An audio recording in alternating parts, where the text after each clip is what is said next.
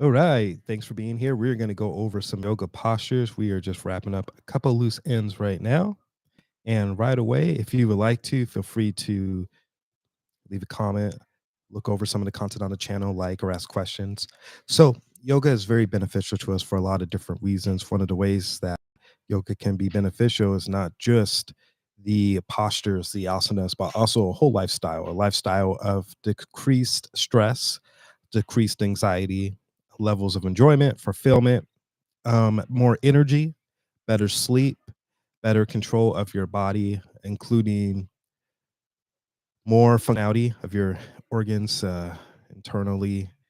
Um, some of the best fulfillment people have had in their personal life in ventures outside of yoga have come coincidentally during the times that they have done yoga. So yoga's been very beneficial for a lot of people in a lot of ways in that regard. So that's something we want to keep in mind when we are doing some of these postures. So I'm going to go ahead and jump into a screen share because I want you to see posture by posture as we break these down, how they can be beneficial for you and why we might partake to do them. So let's go ahead and jump right in. And right away, I want you to see this posture. This posture is called butterfly posture. I'm going to see if I can zoom in on my screen a little bit of it. Yep, right here. Now look at this image, and you can see our model here is in a comfortable position. You can see that the knees are pointed away from the body, ankles are together. When they're together like this, ankles like this and knees pointed away, what that does is it helps the lower back, your lumbar spine, and your thoracic spine kind of relax a bit. When you breathe, all that oxygen is going to help get water and create space in between your vertebrae just a little bit. That's going to help relieve some of the issues you have, potentially issues with cartilage, issues with bone on bone filling, aching, muscular fatigue. It's going to help treat that area just a bit because there's going to be more oxygen and nutrients flowing through, a little bit more increased circulation. A lot of that's going to come with the breath work. So, what I always tell people is when you're doing these postures, make sure you're taking your opportunities to breathe while you're doing them. Breathing is going to be the thing that really propels this to another level. And the reason it's going to propel to another level is because you're going to allow for blood and oxygen to flow through. Now, I'm using my pencil here. I wish I can actually draw on this. I might not be able to, but let me go ahead and back off. Now, I'm going to read some of the benefits you're going to get from here. It's a nice way to stretch the lower back without requiring loose hamstrings. Now, if the legs are straighter and the feet are further away from the growing, the hamstrings will get more of a stretch. If the feet are closer to the growing, the abductor muscles will get stretched more. So, what they're saying is you can actually control this stretch by taking the feet and moving it closer and further away. Really nice posture. I'm going to see if I can show you a little bit more. Here is what we call half butterfly. This is a great posture as well to open up the hips. When you open up the hips like this, you can propel, pos- propel, excuse me, your arms forward. You see the model has her fingers forward, pointing a little bit more towards ahead of her. Her nose and her eyes are focused up. We call that dristi. That's the point of focus. And then when you look at a dristi, you can even see it on my screen right here. If you want to really compare the two. When you look at a drishti, that's going to be the point of focus. You don't really necessarily have to focus too much on that point of focus, but the idea of having a point of focus like that is to make sure that you're kind of in a meditative state because you're focusing on one task. So having a drishti, a point of focus, is just where you're gazing or hoping to gaze to. Now, when she's in posture like this, hips are going to be loosening up, hamstrings are now extended. So you look at her leg, particularly for us, for me, this is my right hand. It's going to be on this side. Let's see if I can show you. Right on this side. That's going to be her straight leg. That straight leg is going to get lots of circulation and blood flow and oxygen just from being extended like that with the deep breaths. Ideally, in Yin Yoga, you're going to hold a posture like this for 3 to 5 minutes to create hyaluronic acid. It's going to be kind of like what I like to picture WD-40, just kind of flowing up and down the body, helping that extended leg get looped up. That's going to help with relief. It's going to help range of motion. Certainly, it's going to help pain. Also, going to help in areas of mobility. So, say someone has issues with knee problems, walking, this is going to be beneficial. It's also good for the toes. You can see she's pointing her toes almost as if she's a ballet dancer. They do a lot of toe pointing as well. This is great for flexion on this joint right here, this malleolus right here in her ankle. As I zoom in right here, you can see all that's getting extended and stretched out. Now coming to her knee, I'm going to zoom in right on her knee, and you can see right there, it's also extended. Now she's got the range of motion and flexibility. She can actually go flat down. I'm going to zoom in right here so you can see her low back, her thoracic and cervical spine, nice and easy. Now she takes her arms, and you're going to see right on her elbows as I zoom in, she's going to relax and rest her elbows right there. Fingers pointed forward, just like that. Chin down. So if you have the range of motion and flexibility, I don't mind you putting your chin down like that if you have that in you. If you don't, I always say don't force it. It's not something that's going to be productive for you to force a movement like that. But if you can, go ahead and relax and fall down into that posture comfortably. If you need to, I would take a blanket or a prop, maybe a block, a pillow would be more beneficial for me. Blocks are a little bit more of a harder surface. So for me, I would probably prefer a pillow or a blanket. That way they can kind of cup and hold her chin in place. Then she can breathe. And when she breathes, ideally we're looking at 5 to 8 minutes. 5 to 8 minutes would be great. 3 to 5 minutes would be enough to start creating hyaluronic acid. Now, if this was something like myofascial release massage, you're looking at maybe 2 minutes to really start getting that hyaluronic acid. And again, what we're looking for, if that hyaluronic acid is, that's going to be kind of the WD-40. That's going to be utilizing the range of motion. And you can see all that action is going to take place right in her hips. Again, I apologize that I don't have my pen ready where I can actually draw on the figure, but the model should give a good example right then and there. Switch sides when you're ready. You're going to do one side on the right and then next side on the left. I'm going to see if we can see the next image.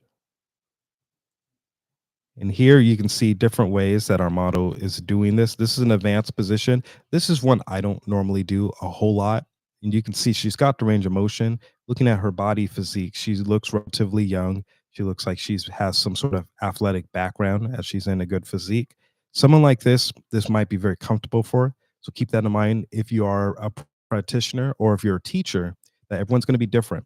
Ideally, I would not recommend this for someone who doesn't have a fitness background, whether that's dancing, military, sports. This is something I wouldn't necessarily recommend unless they just have the skeletal structure to do this. I've run into people and patients who look like they probably shouldn't be able to do a posture comfortably, but because they have the skeleton structure, it's not a problem for them. So if they do something like that, it's going to be relatively comfortable depending on their skeleton structure. Someone like myself, even with a athletic background, this is not a comfortable posture for me, so it's not something I would recommend.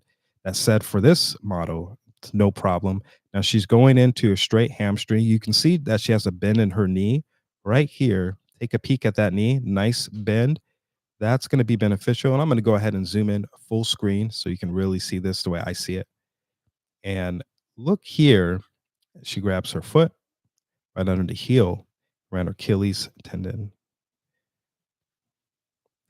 Stretched out arm, that's gonna go ahead and open up the arm as well, and shoulder girdle up top, same thing. Now look at the waist here.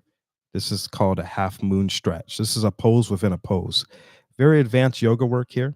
Can be very beneficial. Great way to get breath in and do two birds with one stone. I actually do like doing things like this. I just would not do it to this level of compression, meaning she's going so far and deep into the posture. That would be something that I would probably not do for myself. That said, if you have the range of motion and flexibility, again, feel free to do it. Just make sure you're doing it on both sides so you get a perfect balance of equilibrium and balance when you get off from your yoga. When you finish it, you want to make sure you're walking straight and feeling like your body got full flexion on both sides.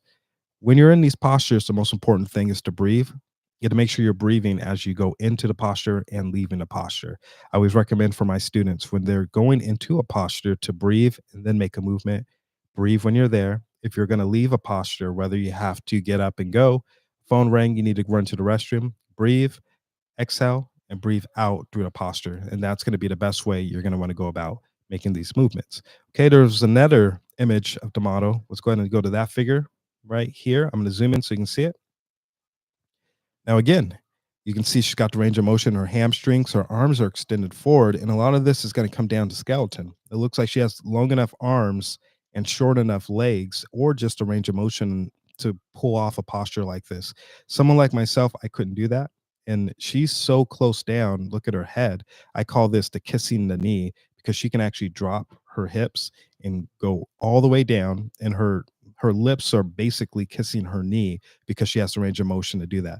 That's an advanced posture. I wouldn't recommend that far into it unless you again have a background in this. This would be something that would be a no problem posture for you if you have a background and if you have the range of motion. If you don't have the skeleton for this, then go ahead and don't worry about it.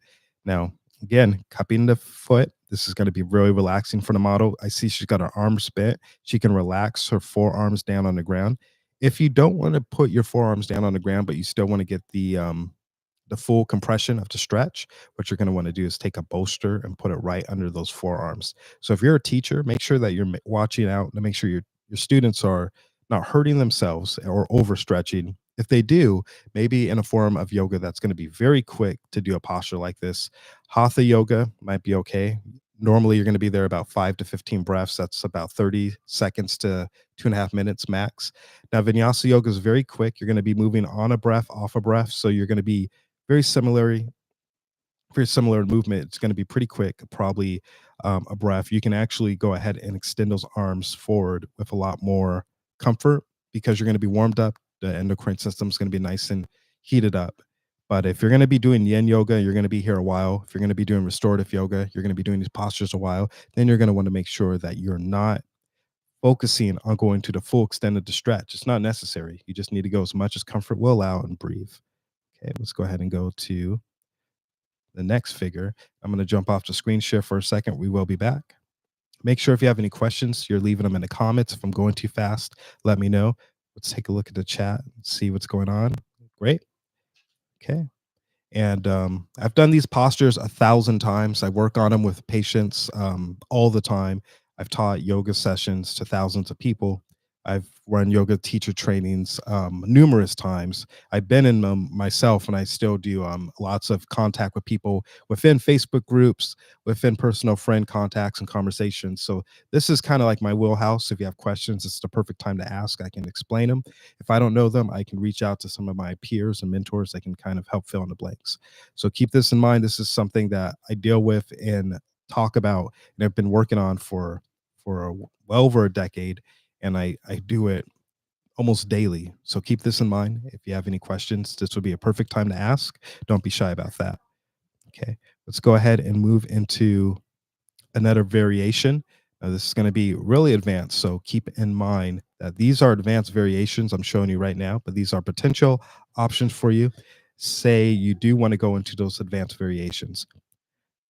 Now, in this posture, I'm going to go ahead and zoom in on the model here. Now, she's still doing a half butterfly, but now she's got her leg into what we would call a saddle pose. And she's got her knee now extending herself, almost like she's going into deer. And what she's doing here is really opening up the hip. When you take that foot back and take it away from the knee backwards, like it is right here, you go ahead and zoom in. You're really opening up the hip here. This is a very advanced hip opener in itself. When you extend that leg straight, that makes it even more advanced. And now she's doing a half moon. So she's still doing a pose within a pose, but this is going on 3 poses within a pose. She's got the half moon. You see the arch right here, right up top. I'm going to zoom in. That curve right there is going to really stretch out her spine. It's going to give it a nice stretch. Now she's also doing a lumbar spine relief as well. What she's going to want to focus on is breathing while she's in this posture. That's how she's going to maximize her benefit. Is all this necessary? It's really not necessary. You can get the same benefit without going to these lengths just by touching on a posture. The key is making sure you're doing what feels comfortable for you. If it's comfortable for you, you should be in a good place. If you're not comfortable, then you're going to be pushing yourself to limits that maybe you're not used to. You might become sore, you might trigger pain. So you want to make sure you're being very comfortable for what your body can allow. And a lot of that's just listening to your body. If it doesn't feel good, that's a good opportunity to start evaluating whether you should continue on or not. Okay. Now, before we go into camel and some of these other postures, I'm going to go ahead and jump off screen. Let's talk a little bit about why you're going to do some of these postures, particularly a posture like butterfly. Butterfly can treat a lot of different issues that you may have or symptoms. One of the things that I recommend butterfly for that I hear a lot, sciatica. Sciatica is one of the biggest benefiting issues that you're going to get from butterfly. When you do it, I would recommend doing it consistently for about 6 to 8 weeks. That should really help not only relieve the symptoms of sciatica, but I believe from what the research is telling us, that should also help the recovery process be much quicker. I could break down exactly what those numbers look like. Maybe in a later episode, we can break down some of those numbers. But for right now, um, just keep in mind butterfly is extremely safe for you to do for sciatica. One way that you can do it would be a restorative yoga way, which I have to set up for you on the next one. Right now, we're focusing on some of the yin movements, but in the restorative movements, I'll show you how you can really set that up. Say it's 2 a.m., you're in a pinch, there's nowhere to go, there's no one that can really help you. You can set yourself up with restorative butterfly posture, and that could help relieve some of the sciatica issues. Next would be for your low back and upper back and mid back.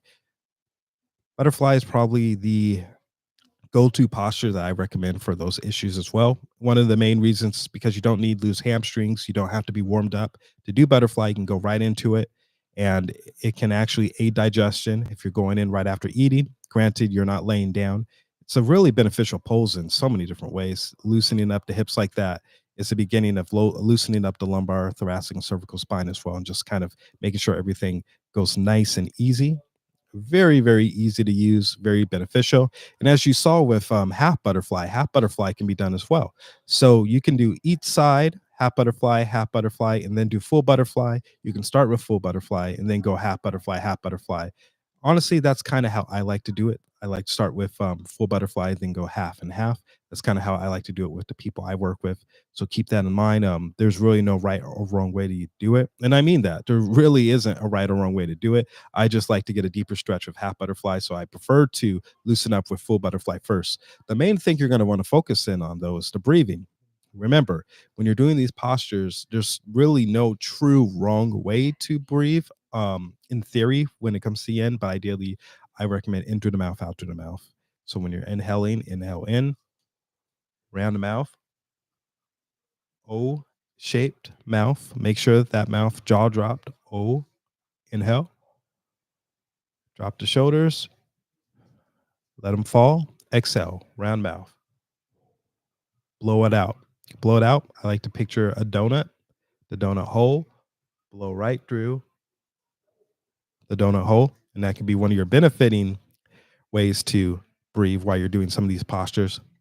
3 to 5 minutes, create the hyaluronic acid. 5 to 8 minutes, if you really have it in you, you have the time. That's going to really help you out as far as the feeling that you're going to get from yin yoga. All right, we're going to get ready to move on to the next posture that I want to recommend. This is going to be a little bit more advanced as we go further. Again, any questions, make sure you're asking them now. This is my wheelhouse. So not only do I have the opportunity to answer those questions, but I can also reach out to some of my peers in the space or mentors, and they can go ahead and help with those as well.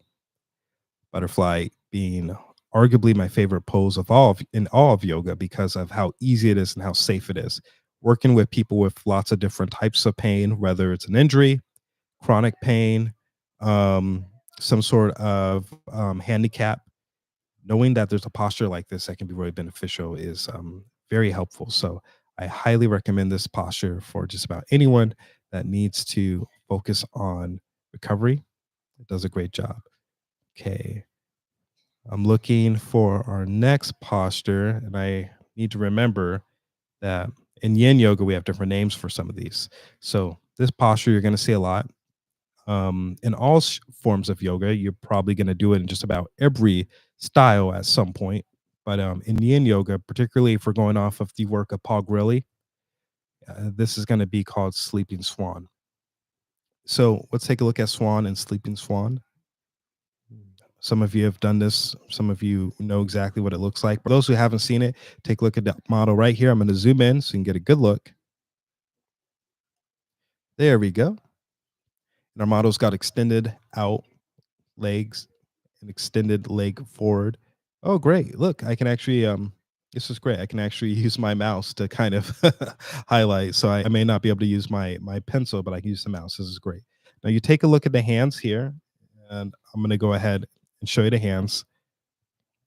Hands are relatively comfortable. What I like to do though is I like to have hands right in front of this leg. So my hands would be out here and here so I can brace myself and support my balance. This model has great balance, so she can hold herself just with her hips. This is actually pretty difficult for a lot of people, and not necessarily from a strength standpoint, but from a standpoint of just being able to balance like that. So kudos to her for being able to have that flexibility and balance, and the strength to do that. You can take a look at the hips. It's really going to relax those hips. Now, the back is going to be arched right here.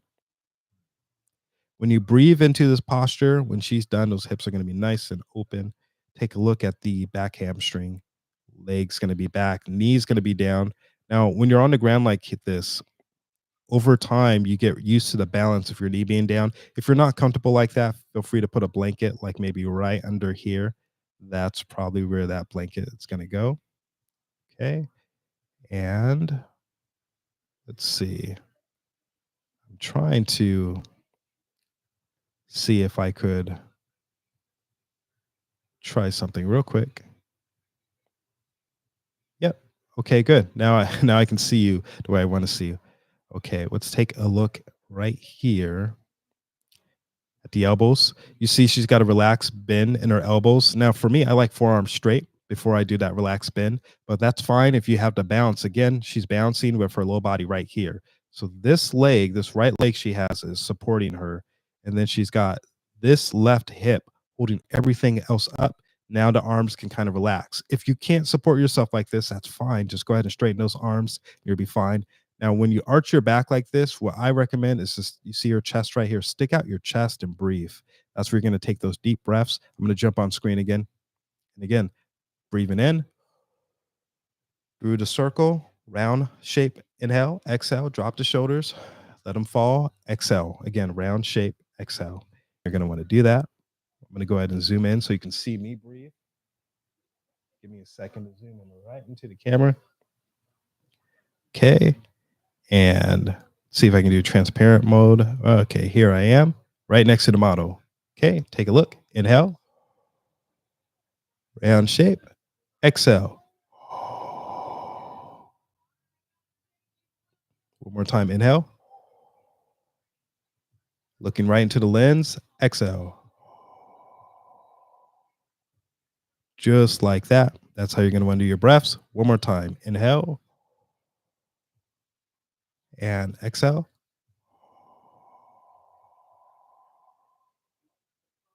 Just like that. Okay, I'm going to go ahead and put our model right back on screen. I'm going to zoom myself out, and I'm going to jump back on screen with her. Very good. Okay, now back is relaxed. Now neck. Neck here, you have a couple of options. If you really want to, I should zoom our model back in. If you really want to, what you're going to want to do is take this neck and really with your chin, just slightly look up.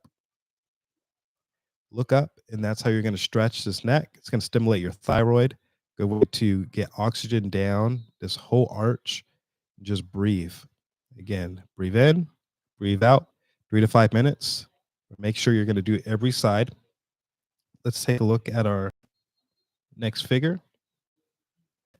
Now, when I used to teach, particularly I remember teaching a peer of mine online for years, military man.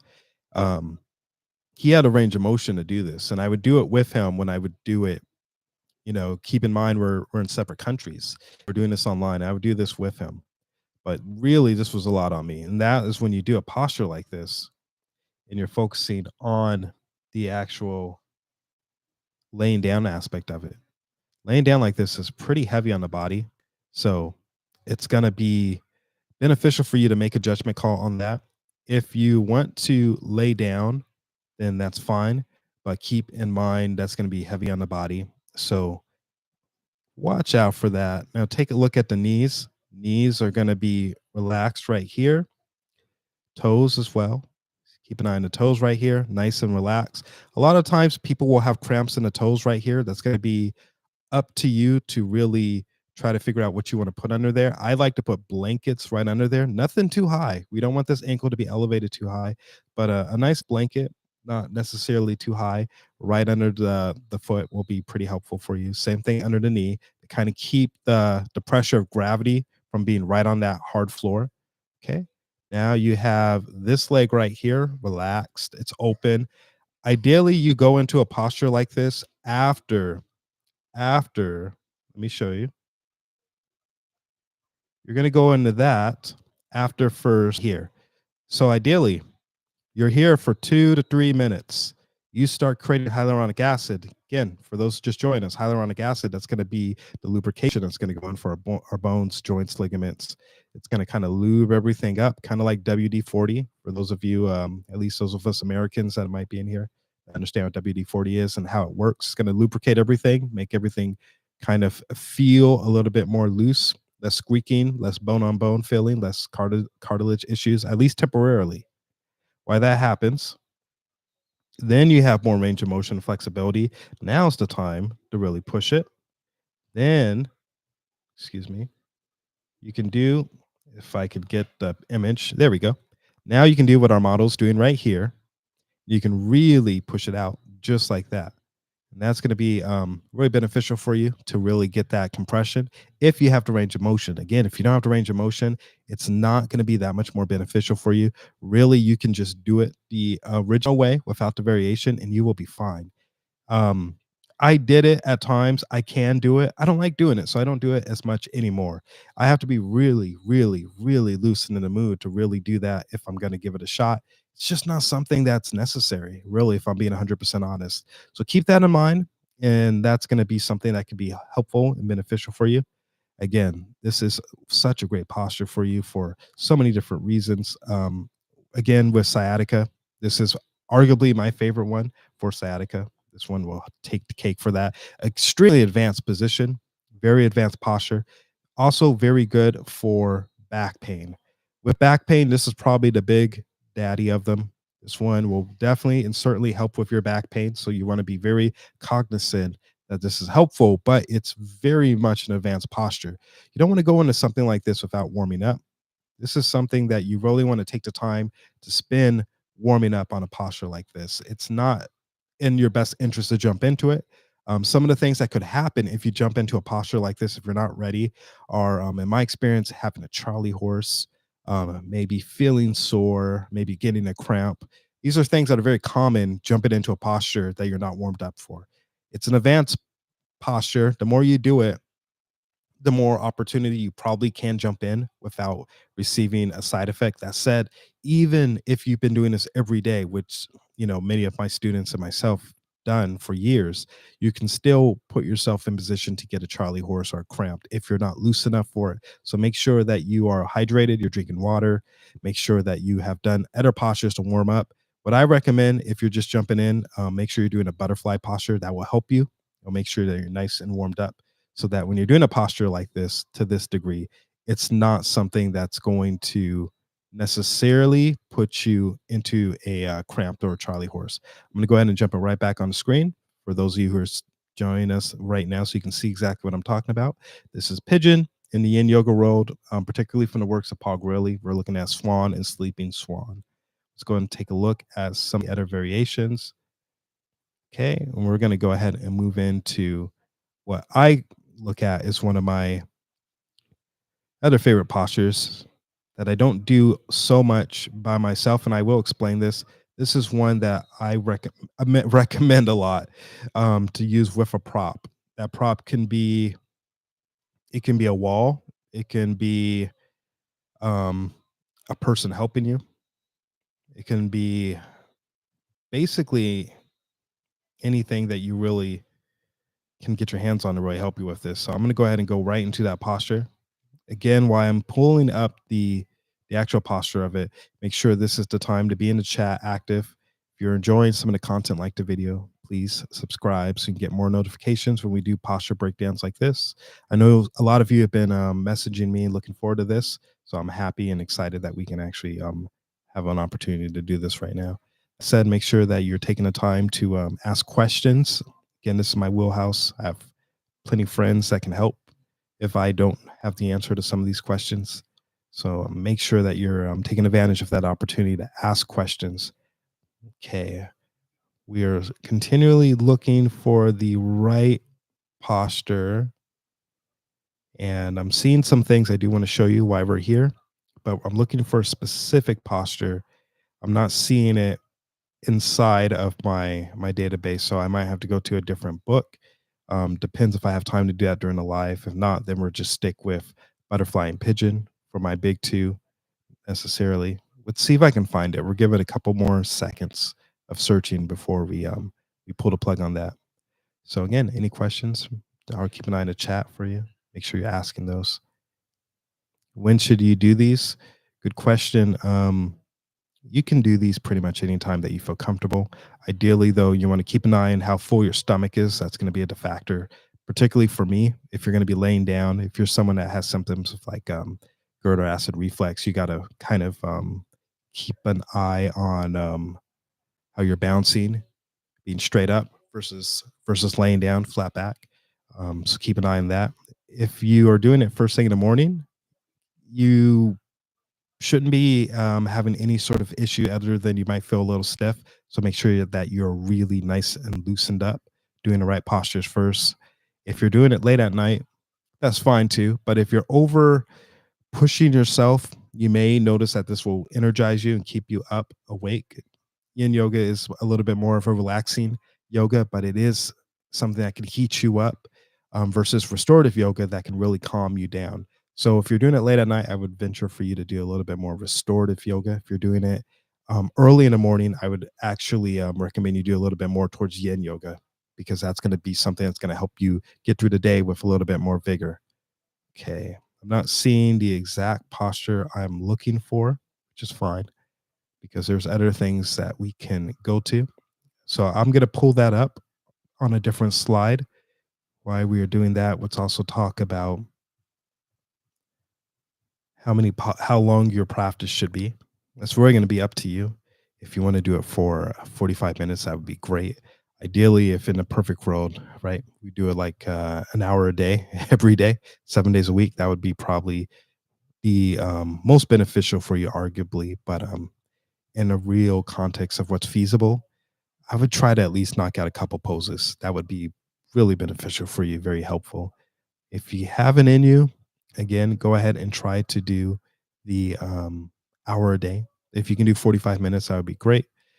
A lot of these postures are going to be, one side, the other side.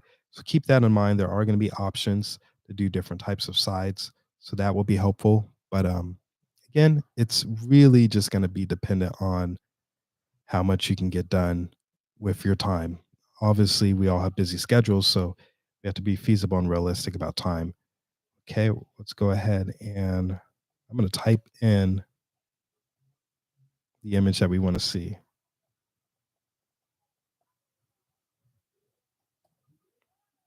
Okay, we're pulling it up and I'm seeing quite a bit of images that I'm pretty happy to see.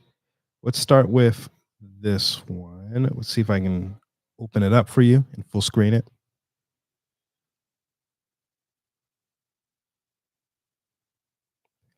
Okay, here we go. This is a good one.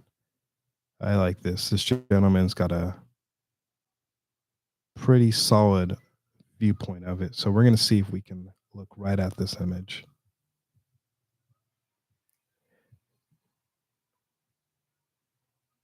And it's loading up. A lot of work just to find the right image. It's pretty interesting. So, oh, looks like we got it finally. Fortunately, on looks like on his website he goes right into it. So let's go ahead and full screen ahead, screen share. This worked out perfectly. Couldn't have drawn this up better. This is reverse pigeon. This is what it looks like. Really, really advanced posture. Very similar to pigeon in the way it's going to work out the hip. It's going to help loosen up the hamstring a bit. It's going to be kind of like deer in a sense that it's going to open up your hip and it's going to really help out your back. Very good for sciatica as well. Let's full screen it so you can get a nice look. Now you look at our image here. First, take a look at his knee right up top here. Now, the idea that we're going to take this knee and get this ankle on top of this knee is the plan always with reverse pigeon. That's not always feasible. Sometimes this ankle has to go below the knee. When you have it below the knee, instead of the hand being behind this this leg right here on the right, you're going to put the hand right on this left leg instead, and I'll explain in a little bit. So for the sake of this slide, maybe I can do a side by side so you can see them. I think that would be great. You're going to see that this hand is right behind this leg. Now, when this foot goes on top of this knee, you're going to see a whole different story. So I'm going to stop the screen share and I'm going to go ahead and find the image so that you can see side by side what I'm talking about. This is really interesting. Oh, just moved the camera. All right. Technical difficulties.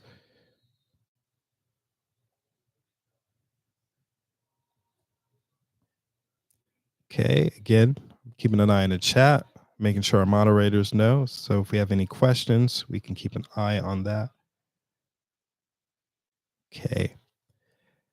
Now, one thing you're going to notice is you're going to see a lot of people doing it with ease, the way that you're seeing this gentleman do, which is very normal when you see people in the yoga community who are used to this posture. That said, it's okay if you can't do it just like this gentleman. That's why I'm looking for the posture of the variation so that you can see exactly how other people do it. Okay.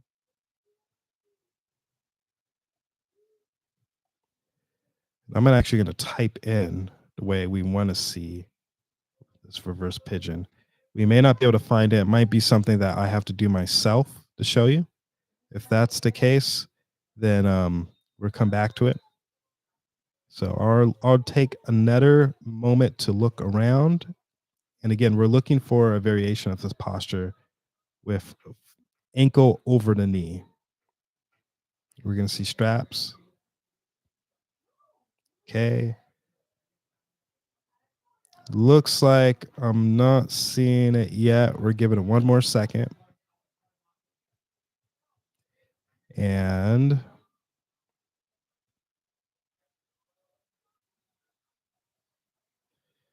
so close. Again, we're seeing everyone doing a form that we're seeing from the gentleman that I previously had on the screen. And that's one of the things that you're going to see a lot in yoga is people showing the best front, showing the best way that it's going to look aesthetically.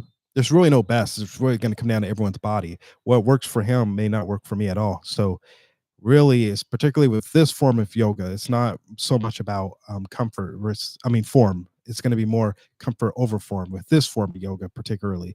So ideally I want to show you where it can be comfortable for you if you're having issues with that type of stretch, because that is a very advanced stretch. You can take a look at the gentleman in it and he's in great shape. I'm going to go ahead and pull it up and we're just going to talk about it a couple more times and then we will move on. In the future, I will have to find where I can show you without such a brilliant posture aesthetically. Again, for him, this is brilliant, but not for everyone. It really comes down to everyone's body. So if you did this and you don't have the range of motion for this, if you don't have the comfort to do, you may actually get um, diminishing return on your benefit. You may want to make sure that you're doing it the way that's comfortable for your body first. And that might be taking this foot right here and placing it right under the knee. And then the hand here are going to come right on top of the foot. So right here, because foot goes over the knee, you can put your hands right here and pull that knee to your chest. When you pull that knee to your chest, and I like to do that using like a wall. I'll put my foot here and just pull that to my chest. That works out well for me. Or someone can take their hand or shoulder. I'd like to take with my patients and my clients, they'll put their foot right into my shoulder. And then I'll go ahead and push my shoulder into their foot. That way it pulls that knee towards their chest and opens up their hip for them. They can be passive and relaxed, and I can help them with that. That works out well for me.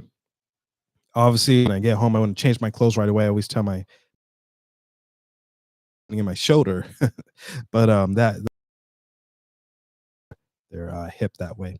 Now, way I'm showing, look at my cursor right here in the mouse. If I take this foot, this left foot, and I take the ankle and I put it right above this patella, this knee right here, right here. Now I'm going to take the hands. Both hands are going to come up and hold that foot in place right there, and then bring that knee to the chest. That's going to be a lot easier on the hip initially, far easier on the hip to really get the results we're looking for. So it does a great job of opening up, creating space. Really not bad. Really nice way to loosen up. Now, what can this help with? Again, low back, lumbar, thoracic, cervical. Can actually open up the shoulders as well. If he were to let go of his hands, again, that's where someone like myself might come in if I'm holding this foot together, and or a wall, or if you're doing it on your bed, maybe a bed board, that can really help to relieve your hand so you don't have to hold your leg up anymore. This foot's being held by something. He's pressing a foot against a wall and scoot up to a wall. Then he can relax the hands and open up his chest. He opens up his chest like that, then he can really breathe and get lots and lots and lots of circulation going into the shoulder girdle, the shoulder, really open up the neck that way as well. So a lot of opportunity there, a lot of good options. Does a great job of just relaxing everything out. You just want to really make sure when you're doing postures like that you're keeping in mind the seriousness of the advancement of this. Again, you don't want to jump into a posture like this if you're not warmed up. You can be susceptible for a Charlie horse, cramp. Those are never fun, particularly when you're in a pretzel position like this. You do want to make sure that you're breathing. Ideally, breathing is going to be the biggest determinant if you're going to be falling into a Charlie horse or a cramp. Every time you make a movement as you go into the pose, make a movement as you go out of the pose. That's going to be the beneficial way for you to really maximize your return on this. So, relatively simple. Make sure you're breathing, doing your warm ups first. Don't jump into a posture like this until you're ready. This is a big posture. So, this is what I would call, oh, there we go. So, I have both cursors. I'm going to put this cursor here, and I have my cursor here. Very good. So this posture right here is going to be what I would call a Mecha posture. Mecha meaning it's going to be the top posture of the whole sequence. Everything in the sequence is going to build up to do a posture like this. Once you hit this posture, then you're going to cool down, get ready to do your dead man's pose, your Savasana, which we're going to go into next. So I'm going to jump off the screen. This point, any questions on this? Once again, that's our third pose. Any questions? Make sure that you're asking them. You're keeping an eye on any questions you may have. Also, make sure you're liking the video. A lot of you that are watching, make sure you like it so it can help the algorithm so more people can find it. That's one of the better algorithm determinants, like. So please make sure you like the video if you're enjoying some of the content. Okay, let's go ahead and move on back to our book, and we are back there. Great. And we're going to go right into our Savasana, which many of you have known. If you've ever taken a yoga class, this is something that's going to be very familiar to you, something that's very helpful, something I used to try to skip because I try to save my time. That was probably the biggest mistake I could have done. Nothing could have been further from the truth. Doing a savasana is incredibly important for numerous reasons, but most importantly, it helps the body just kind of process all the work that just got done, just happened. Kind of helps that nervous system just kind of process it in and calm down. When you do your dead man's pose, which we call savasana in yoga, it's a way for you to really just relax now and just let it sit. When you do these, you want to breathe and just kind of let your mind wander, almost go into a meditative state of just focusing on breath work. One way that I like to do that, if you want to watch me, is breathe in, relax your shoulders, breathe out, and just focus on watching that breath. If you can visualize it, if you can picture it, you can pretend that you can see it, color to it, a set of molecules to it.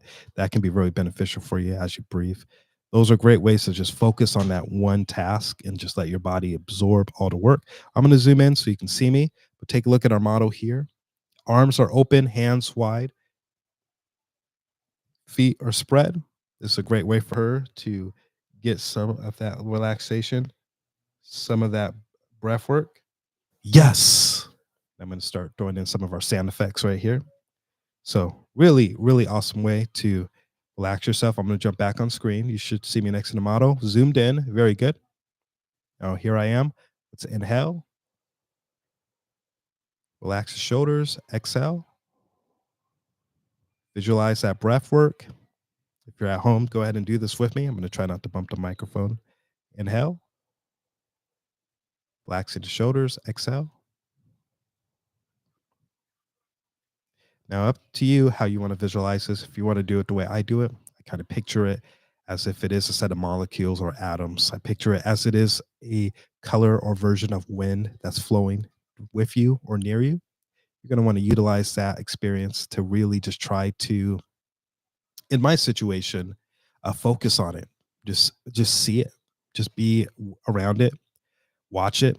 I watch it enter my body. In my mind, I pretend I can see it going down, connecting with my cells, strengthening my body, strengthening the circulation flow, cleaning me out. I actually feel good about it every time I breathe. I feel extremely good about it because in my brain, I can see that breath doing what it's supposed to do. Fresh air doing the work it's supposed to do for us.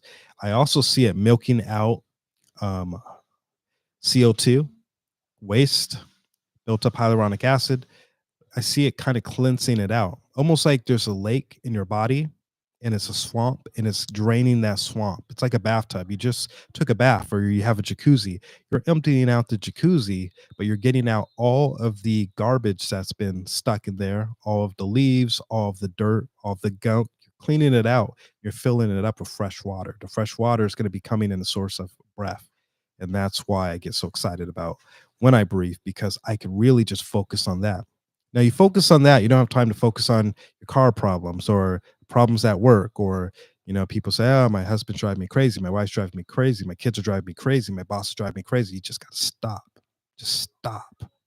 Just focus on breathing and for a second, at least for a second, you can at least